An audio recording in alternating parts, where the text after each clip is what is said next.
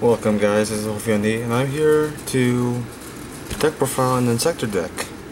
And this deck has been working really well for me. I've tested it in locals and it's not that bad. It's really consistent and you get your plays off most of the time. So I really like it for that. Again, it's consistent. I love the deck so much. It's very fun.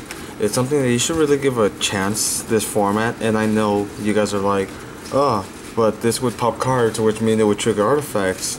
Well, you know, you gotta be careful when playing against your matchup. I mean, whenever you do know, that's why you side deck, that's why you just gain experience and you just know, you know. But Inzektors are a really cool deck, and I messed around with them for quite a long while, and I really like them, and yeah, you know, let's just get on with the deck profile. And get on with it, shall we?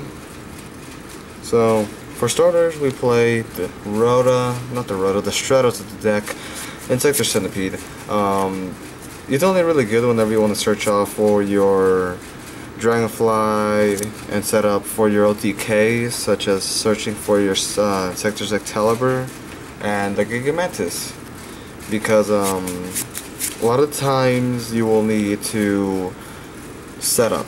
It's not like back then where you could just like essentially use everything you want and then bam, go at that's basically your play, and then you just search for another Dragonfly and next turn you just make more Exceeses and blah blah blah. But yeah, Centipede is really good. He searches for basically anything in the deck that you really need at the time. And for the only good other good Inzektor monsters are the Inzektor Hornet and the Dragonfly. I really wish this was at least at 2, because there are times when they will just like remove this from play or warning it, and you just don't have a play to get out of it unless you essentially get the Excalibur, which you will go minus. But I mean, still, Dragonfly is really good, sets up your plays really well, and excellent synergy with the deck. So obviously playing the Dragonfly is excellent in my opinion.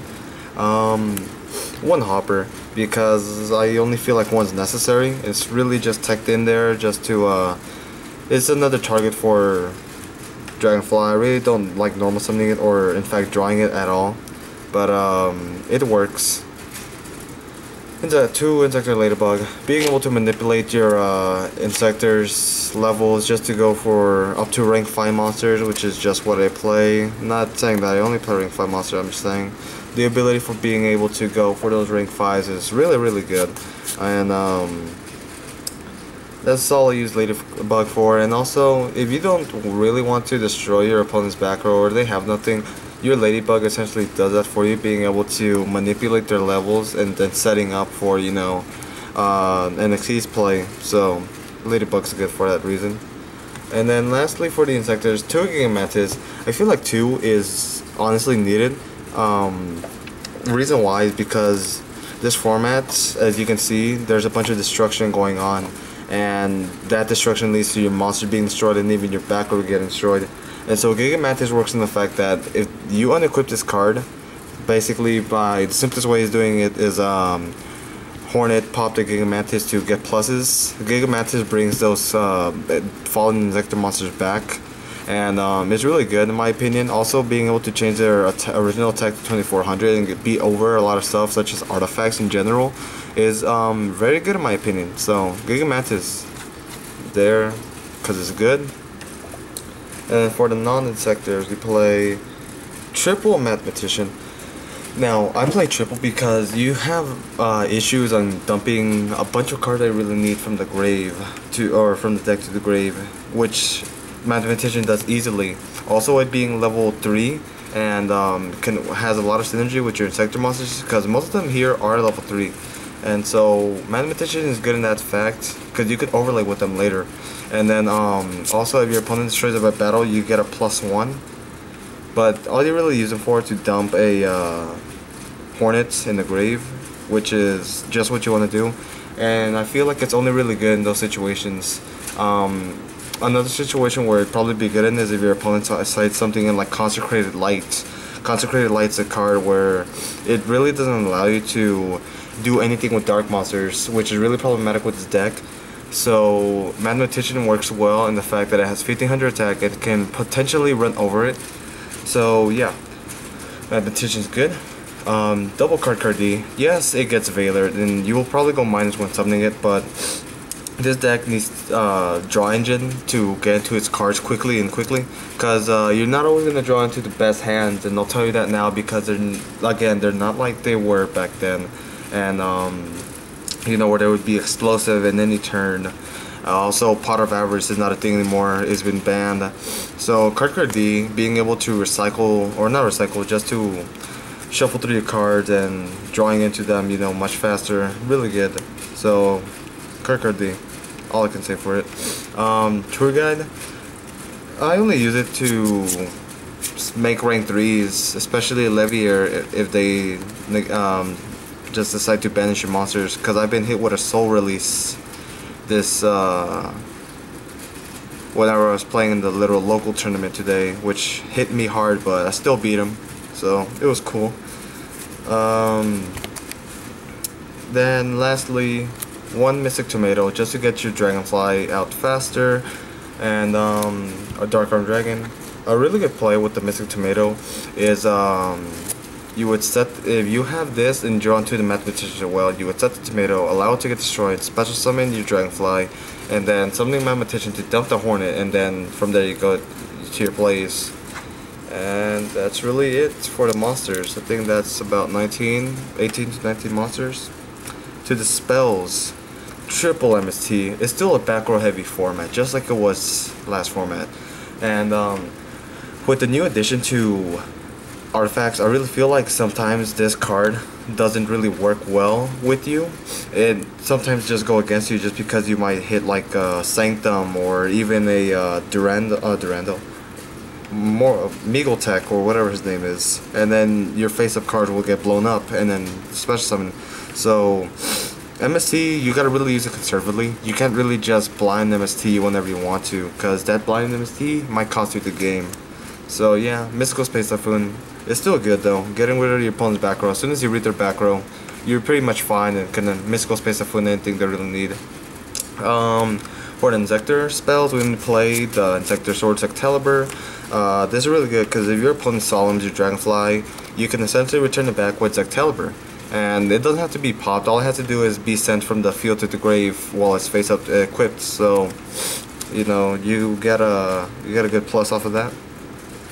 Double Heart of Clearwater. The pluses you generate with this, with the Centipede, is really good. Again, you want to search for your monsters as fast as possible and just like wipe their board and OTK them, which is something this deck can still do, believe it or not. And for consistency, Duality. And that's not it for the spells though, but now we'll drift off to the one-ofs, which is 1 Foolish, 1 Book of Moon, 1 Foolish, 1 Book of Moon, 1 Dark Hole, 1 Allure of Darkness, and 1 Soul Charge. I don't really like playing 1. Soul Charge is really only good whenever you have things in your grave to special summon, and in small cases that will happen, but not all the time. So I just like having 1 tech Soul Charge. I really don't feel like I should be playing more, maybe 2 at least, but drawing into this is really a dead draw whenever you have nothing in the grave to go for. So yep, that's all for the spells. And then for traps, we play simple traps. We play 1 Solemn, 1 Torrential Tribute, 1 Compulsory, just some staples, no bottomless, had to find space for a card in here. 1 Barbecue and Double Threatening Roar, feel like those are good. You gotta know when to use them. And 1 Wiretap. Wiretap, it works well. I was going against a Sylvan player today, and I had this really cool OTK going on. Summon my Centipede, he activates a warning, I activated the Wiretap. It's cool, pay 2,000, nothing will happen to me. And yeah, this card should not get overlooked, and I don't think it gets overlooked. I think it's a really good card in general, and so yeah, Wiretap is just an amazing card. And now we'll go off for our extra deck, which you will hardly get into really. We play the extra deck in the form of 4 rank 5, 6 rank 4s, and 5 rank 3s. So let's get on with it. 1 Inzektor Deck. This is really only good whenever you have the option to get over your opponent, when you need to get over your opponent's monster, and you have like 2 level 5 Inzektor monsters.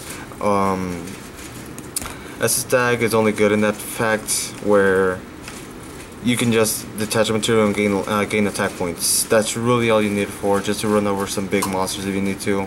But his effect can activate twice. It's not like, well, twice as in it can activate its effect once and then the next turn once. But yeah, this deck is not really all that great. Even though it's an Inzektor monster, it's not the best one. Number 12, Crimson Shadow Armor Ninja. This is really good. He should be really used more, because if you're going against artifact and you have the option to make a rank 5, make this first, because you can attach it and it can protect himself from battle and from destruction. So living off number 12 is actually pretty easy. So I recommend you guys actually play that card if you can make rank 5s.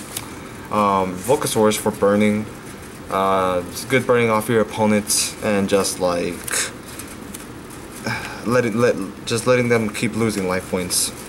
Volcasaurus is good in that fact. And Tyrus, because being able to protect yourself against artifacts, against anything that really destroys a lot, is good. That's it for the rank 5s. We play a couple of rank 6 in the form of Heartline Draco, Master Key Beetle, number 85 Crazy Box, Diamond Dire Wolf, Gaga Cowboy, and Mace Stroke, all self-explanatory cards. The Heartline Draco works as another Gaga Cowboy, but of course you're still inflicting battle damage. So yeah, and then lastly, rank 3s, 10 Tempo, Levier, Leviathan, Fortune Tune, and Wind Up Zen Mains. You should really play this in the deck, because as soon as your resources start going low, number 49 Fortune recycles your Dragonfly, your Centipedes, anything you would really need. But unfortunately it doesn't recycle anything you would like the Equip spells and Gigamantis, which is very good. But yeah guys, that was it for my Inzektor deck profile. Hopefully you guys liked it. I can do a bunch of combos with this deck that you can still do. I haven't just thought of any yet, which is not... I don't know. This deck is really fun though. It can bust some powerful plays, and I recommend you guys play it. So this has been Ophion.E. I really hope you like this Inzektor deck profile. Oh, my bad guys, that was my phone. Again, hopefully you like the deck profile. Please share, subscribe, like, comment, whatever you want to do. Give me some feedback. I really want to know what you guys think about this deck. And yeah, Ophion.E, signing out.